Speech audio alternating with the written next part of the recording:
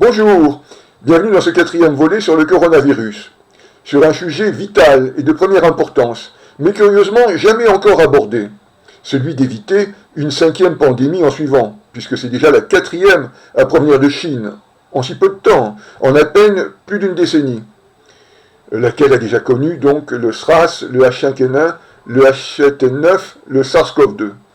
Il est vital de prévenir toute autre pandémie, d'autant qu'elle peut durer dans le temps. Le directeur de l'OMS, lors d'une conférence de presse à Genève, s'inquiète de ce que le virus pourrait ne jamais disparaître et devenir ainsi endémique. D'autant aussi qu'un virus encore plus virulent est toujours possible. Ainsi, Ebola, venant d'être éradiqué et provenant aussi du même hôte, à savoir la chauve-souris, est mortel à 90%, donc bien plus encore que les quasi 20% du Covid-19. Ces 4 pandémies en suivant d'origine chinoise ne sont pas uniques dans l'histoire. Il y en a eu bien d'autres, surtout grippales, mais néanmoins mortelles.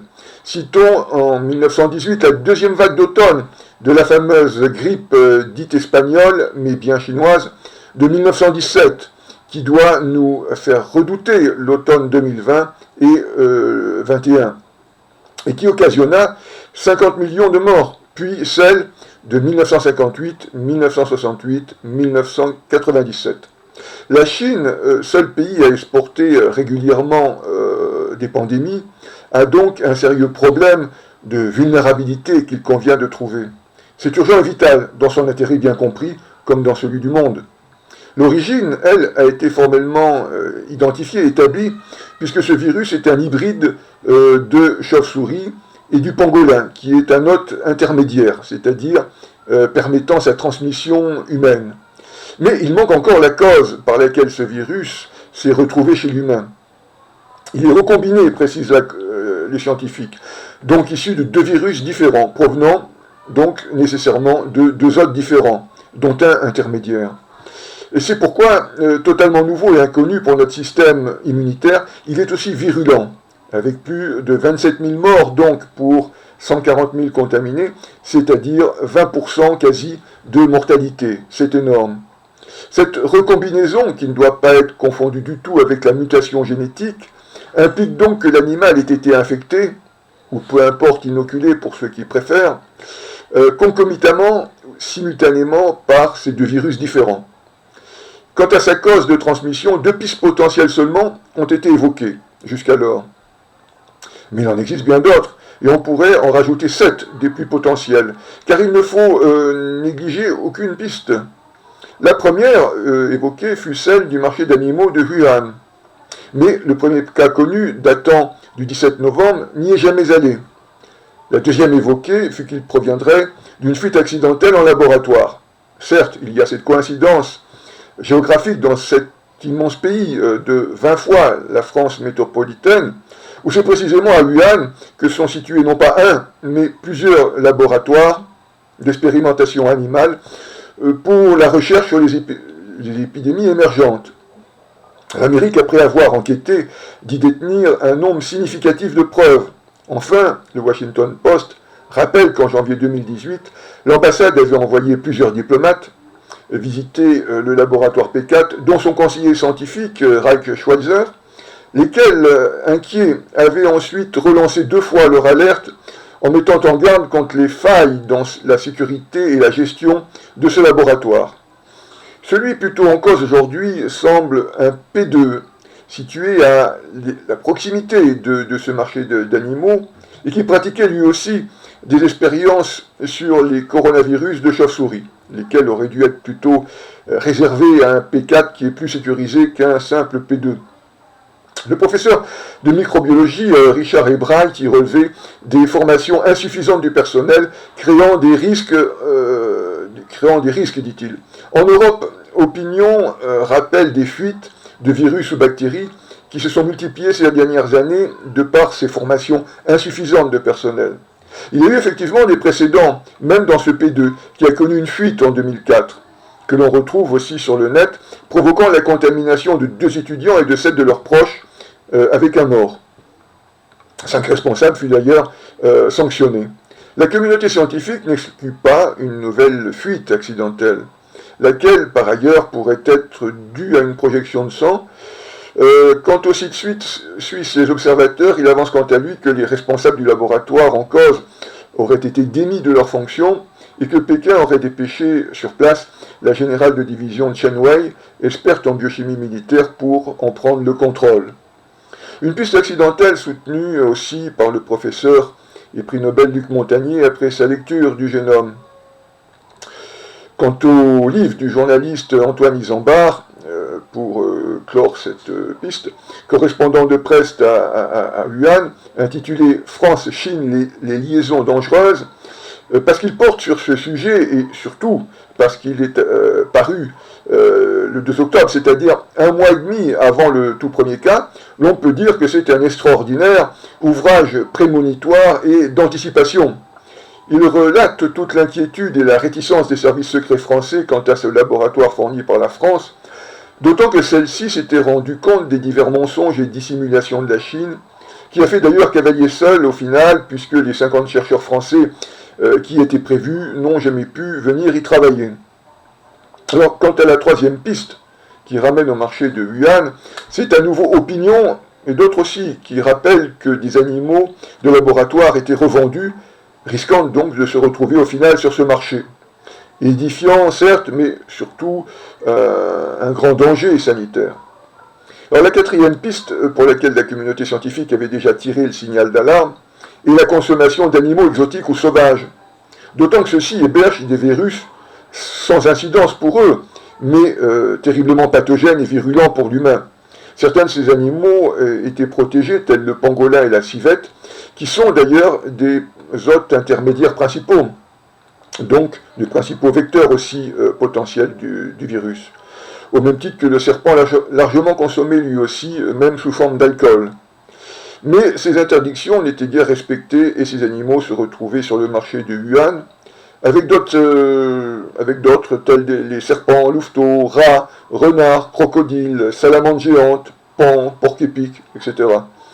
À titre provisoire, la Chine vient d'interdire leur consommation et commercialisation. Mais pas facile à faire respecter cette interdiction, surtout dans les campagnes où l'on ne peut pas mettre un policier derrière chaque personne.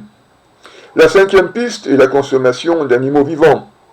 Alors, sans parler de l'aspect cruauté animale, qui est du ressort des associations, ici, d'un point de vue sanitaire, l'on peut dire que tout animal vivant est un danger accru d'infestation humaine.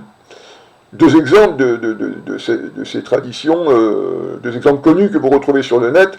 L'un de consommer entre convives le cerveau d'un singe vivant, trépané et attaché, et l'autre, relaté par Figaro Madame, spéciale cuisine, du 22 mars 2018, également sur le net, qui relate cette autre coutume de consommer du cœur de cobra encore battant. Certains publient même sur le net se mettant en scène en train de manger des animaux vivants tels des souris, crapauds, rats, qui sont de puissants réservoirs aussi de nombreux virus pathogènes. Alors la sixième piste concerne ce principal réservoir de virus qui est la chauve-souris, à l'origine de nombreuses pandémies, dont le SRAS, le MERS, l'Ebola, le Covid-19, et l'on peut ainsi remonter jusqu'à la rage.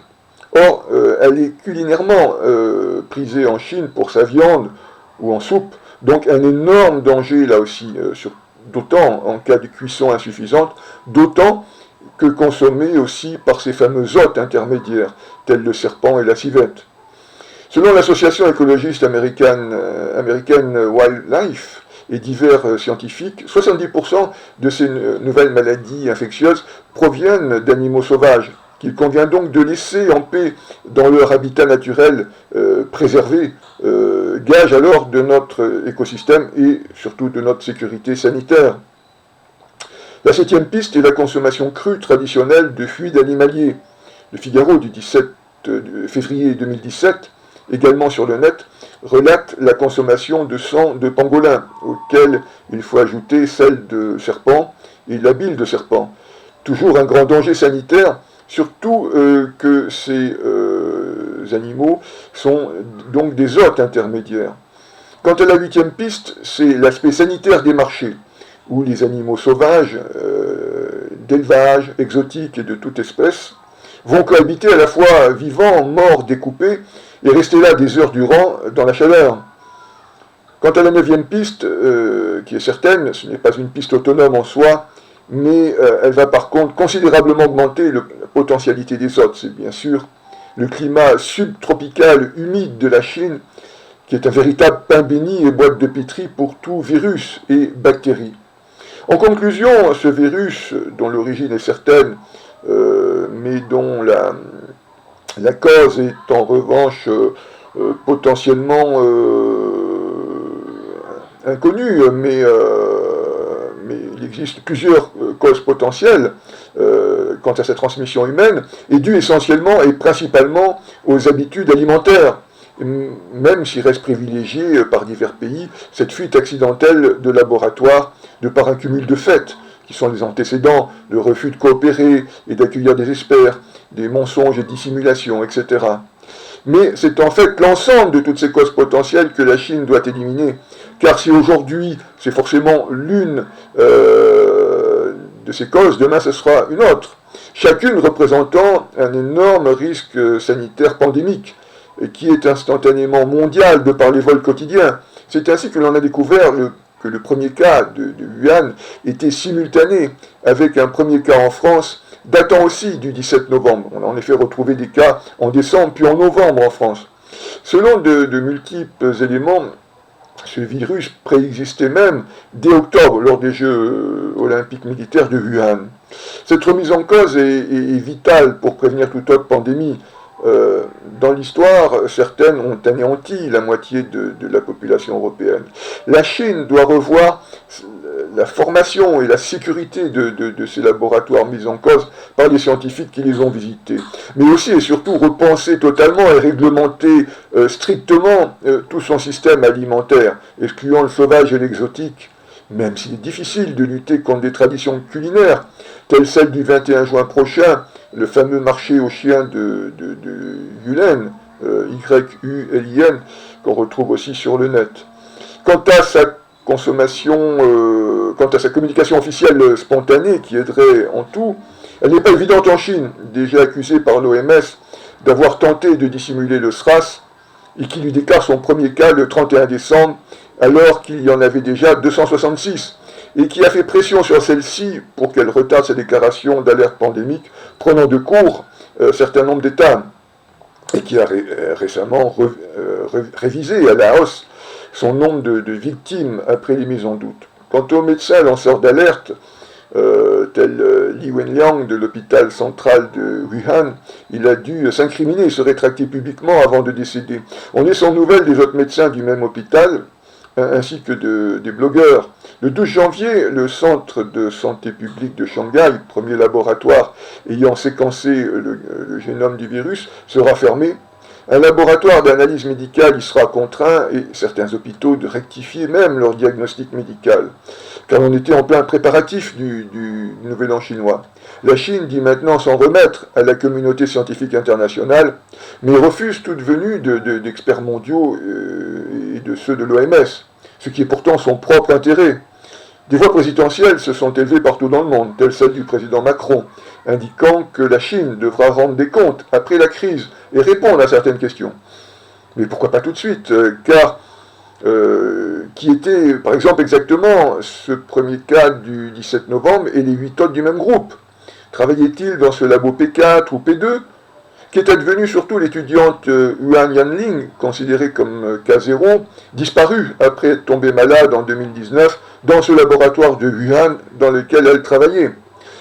Quant à la demande de l'OMS de venir enquêter, formulée 5 mois après ces 9 premiers cas, c'est autant comique que pathétique. Pointée du doigt partout, elle doit se réformer en profondeur et être dotée du pouvoir d'enquête et d'investigation, de coercition et de sanction pour pouvoir mener à bien sa mission. Et la communauté internationale doit en attendant utiliser tout moyen de contrainte, de rétorsion et de pression pour pouvoir enquêter sur place. Voilà, merci de votre attention.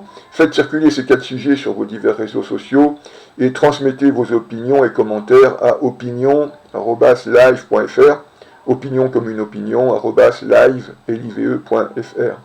Bon déconfinement dans la prudence. Au revoir et à bientôt. Merci.